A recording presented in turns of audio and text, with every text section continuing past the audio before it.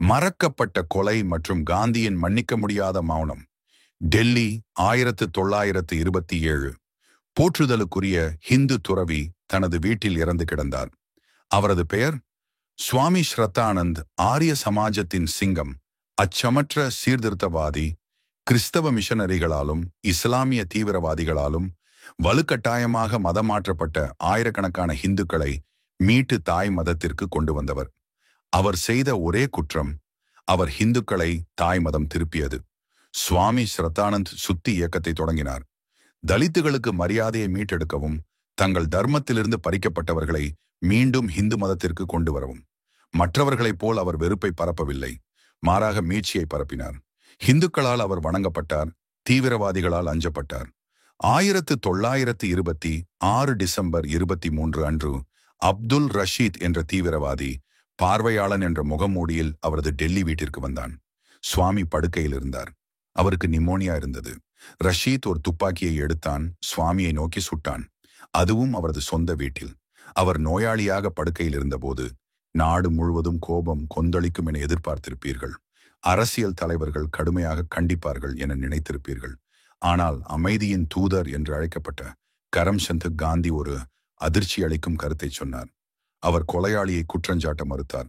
மாறாக அவர் கூறினார், யாரும் முன்வரவில்லை என்றால் நான் மகிழ்ச்சியுடன் அப்துல் ரஷீதை பாதுகாப்பேன் என்று கூறுவதில் எந்த வருத்தமும் இல்லை. ஆம், காந்தி ஒரு ஹிந்து புனிதரின் கொலையாளியை பாதுகாக்க விரும்பினார். பாதுகாப்பது மட்டுமல்ல, அவர் அவனது தைரியத்தை பாராட்டினார்.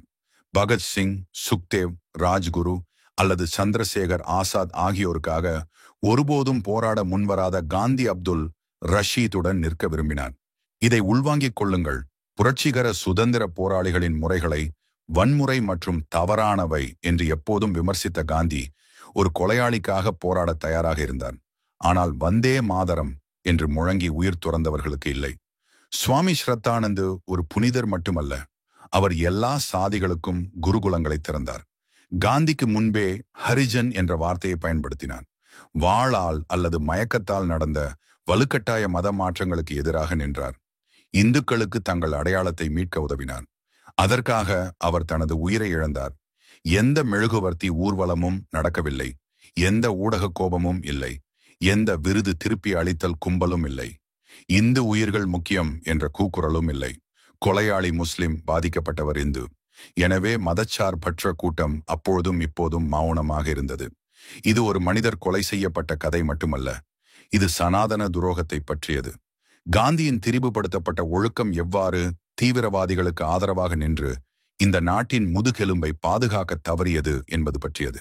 இந்துக்கள் ரத்தம் சிந்திய போது காந்தி மௌனத்தை அளித்தார் அல்லது மோசமாக நியாயப்படுத்தினார். கிட்டத்தட்ட ஒரு நூற்றாண்டு கழித்தும் பெரும்பாலான பாடப்புத்தகங்கள் இந்த உண்மையை சொல்லவில்லை. அவர்கள் காந்தியை புனிதராக உயர்த்துகிறார்கள், மேலும் சுவாமி ஸ்ரத்தானந்தை நம் நினைவிலிருந்து அழிக்கிறார்கள். அவர்கள் அடுத்த தலைமுறை சங்கடமான கேள்விகளை கேட்க வேண்டாம் என்று விரும்புகிறார்கள். எடுத்துக்காட்டாக, ஒரு கொலையாளியை பாதுகாத்த காந்தி ஏன் ஒரு தியாகியை பாதுகாக்கவில்லை? சுவாமி ஸ்ரத்தானந்தின் தியாகம் வீணாகக் கூடாது. இந்த கதைகளை சொல்ல வேண்டிய நேரம் இது. உரத்து, தைரியமாக, இடைவிடாமல். சுவாமி ஸ்ரத்தானந்தரை கொன்றது ஒரு குண்டு அல்ல, சுதந்திரத்திற்காக போராடுவதாக கூறிய தலைவர்களின் மௌனம்.